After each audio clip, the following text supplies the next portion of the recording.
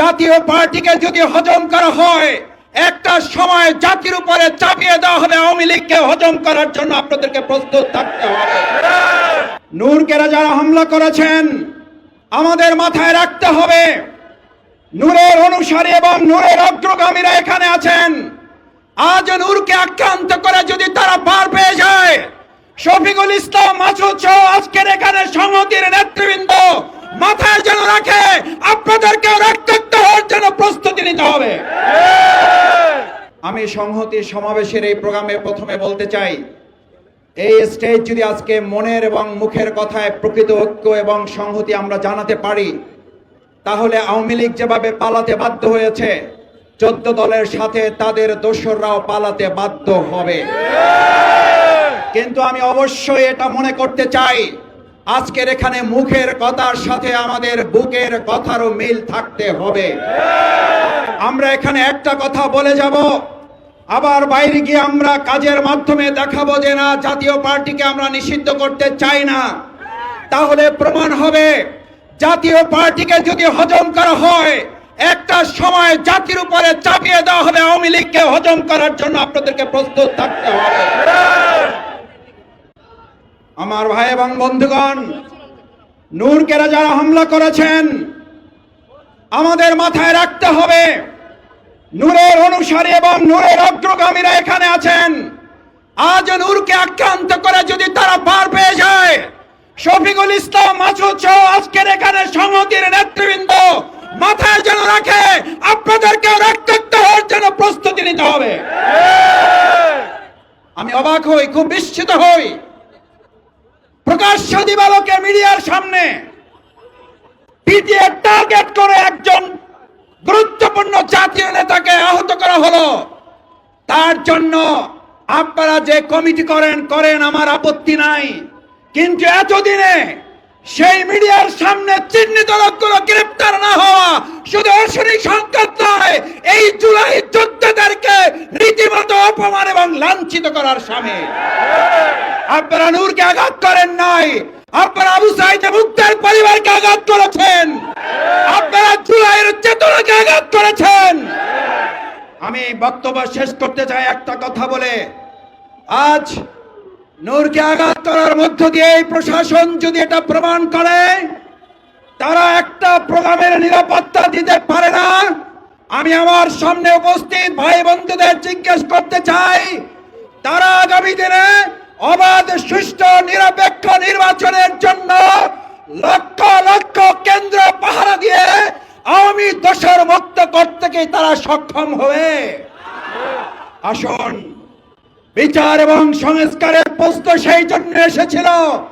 আজ এখানে বক্তব্য দেওয়ার কথা ছিল শেখ হাসিনার বিচারের দাবিতে, অথচ আজ আমাদের কথা বলতে হচ্ছে নূরের উপরে হামলাকারীদের বিচারের কথা বলতে। আমাদেরকে আস্তে আস্তে সহনশীল করে ফেলা হচ্ছে। আসুন, সহনশীলতার মাত্রা বাড়লে নির্মম নির্যাতনের মাত্রা বাড়বে। প্রতিরোধ করার জন্য সবাইকে ঐক্যবদ্ধ থাকতে রাজি আছে। সেই আহ্বান জানিয়ে আমার কথা শেষ করছি। আল্লাহ হাফেজ। বাংলাদেশ জিন্দাবাদ, গণ অধিকার পরিষদ জিন্দাবাদ, বাংলাদেশ জামাত ইসলামী ঢাকা মহানগরী দক্ষিণ জিন্দাবাদ। বিগত কিছুদিন আগে গণ অধিকার পরিষদের সংগ্রামী সভাপতি, কোটা বিরোধী আন্দোলনের পরিচিত মুখ জনাব নুরুল হক নূর, তার একটি প্রোগ্রামে তার উপরে যে নৃশংস হামলা হয়েছে, বিশেষ করে প্রশাসনের কতিপয় লোকদের মাধ্যমে অত্যন্ত টার্গেটকৃতভাবে তাকে হামলা করে আহত করা হয়েছে। মুমূর্ষু অবস্থায় তিনি এখন চিকিৎসাধীন আছেন। সেই হামলাকারীদের অবিলম্বে গ্রেপ্তার করে আইনের আওতায় নিয়ে আসা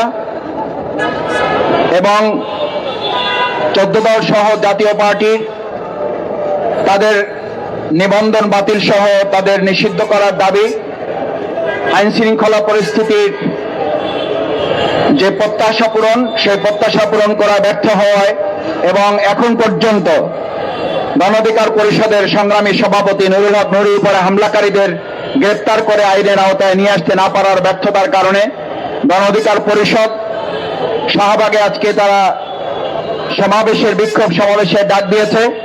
বাংলাদেশ জামাত ইসলামী আজকে সেই সমাবেশে তাদের এই দাবির সাথে একাত্মতা ঘোষণা করে বাংলাদেশ জামাত ইসলামের সংগ্রামী সহকারী সেক্রেটারি জেনারেল, বাংলাদেশ ইসলামী ছাত্র শিবিরের সংগ্রামী সাবেক কেন্দ্রীয় সভাপতি, কেন্দ্রীয় নির্বাহী পরিষদের অন্যতম সদস্য, আমাদের অত্যন্ত শ্রদ্ধাভাজন জননেতা জনাব অ্যাডভোকেট এহসানুল মাহমুদ জুবায়েরের নেতৃত্বে আমরা এখনই মিছিল সহকারে আমাদের জুবায়ের ভাইয়ের নেতৃত্বে আমরা শাহবাগে গণ অধিকার পরিষদের কর্মসূচিতে অংশগ্রহণ করব। আমি আমাদের এখানে উপস্থিত সংগ্রামী ভাই এবং বন্ধুদেরকে অনুরোধ করব, অত্যন্ত সুশৃঙ্খলভাবে মিছিলে আপনারা অংশগ্রহণ করবেন। সাংবাদিক ভাইদেরকে আগে যাওয়ার সুযোগ করে দিবেন এবং পরবর্তীতে আপনারা ওখানে যাওয়ার পরে আমাদের নেতৃবৃন্দের নির্দেশনা না দেওয়া পর্যন্ত প্রোগ্রামের সমাপ্তি সফলভাবে শেষ হলে তারপরে আপনারা কষ্ট করে শেষ মুহূর্ত পর্যন্ত অবস্থান করে সেখান থেকে আমরা বিদায় নেব ইনশাআল্লাহ। সম্মানিত ভাই এবং বন্ধুগণ, আপনারা ইতিমধ্যে লক্ষ্য করেছেন আমাদের আজকের এই সংহতি প্রকাশ অনুষ্ঠানের সম্মানিত নেতা, সম্মানিত দায়িত্বশীল জননেতা জনাব অ্যাডভোকেট এহসানুল মাহমুদ জুবায়ের আমাদের মাঝে এসে উপস্থিত হয়েছেন। আমরা এখনই তার নেতৃত্বে আজকের এই মিছিল নিয়ে আমরা শাহবাগে গণ অধিকার পরিষদের যে কর্মসূচি সেই কর্মসূচিতে অংশগ্রহণ করব। সকল ভাইদেরকে মিছিলে অংশগ্রহণ, সাংবাদিক ভাইদেরকে সামনে গিয়ে আমাদের আজকের কর্মসূচিতে সহযোগিতা করার জন্য অনুরোধ করছি। সবাইকে ধন্যবাদ মিছিলে অংশগ্রহণ করার জন্য। আওতায় আনতে হবে এবং সংস্কার এবং পিআরের মাধ্যমে নির্বাচন দিতে হবে। এই মুহূর্তে দরকার পিআর আর সংস্কার। কেমন এই স্লোগানগুলো, ন্যায্য স্লোগান যেগুলো আছে সেগুলো দেব, আমরা কোনো উস্কানিমূলক স্লোগান দেব না। এবং আমরা সর্বশেষ নেতৃবৃন্দ ওখানে যতক্ষণ থাকবে ততক্ষণ পর্যন্ত আপনারা থাকবেন। সবাইকে নিয়ে সবাইকে আমাদের নেতৃবৃন্দ যেভাবে নির্দেশনা দিবেন ঠিক সেই নির্দেশনার আলোকে আমরা ওখানে অবস্থান নেব এবং তাদের প্রোগ্রামে আমরা সংহতি জানাবো। আমরা গণ অধিকারের ভাইদেরকে সাহস সংহতি জানিয়ে আজকের প্রোগ্রাম তাদের সমাপ্তি পর্যন্ত আমরা থাকব। সবাইকে ধন্যবাদ জানিয়ে আমার কথা এখানে শেষ করছি। আল্লাহ হাফেজ। আসসালামু আলাইকুম ওয়া রাহমাতুল্লাহি ওয়া বারাকাতুহু। সম্মানিত ভাই এবং বন্ধুগণ, আসসালামু আলাইকুম ওয়া রাহমাতুল্লাহি ওয়া বারাকাতুহু। আপনারা জানেন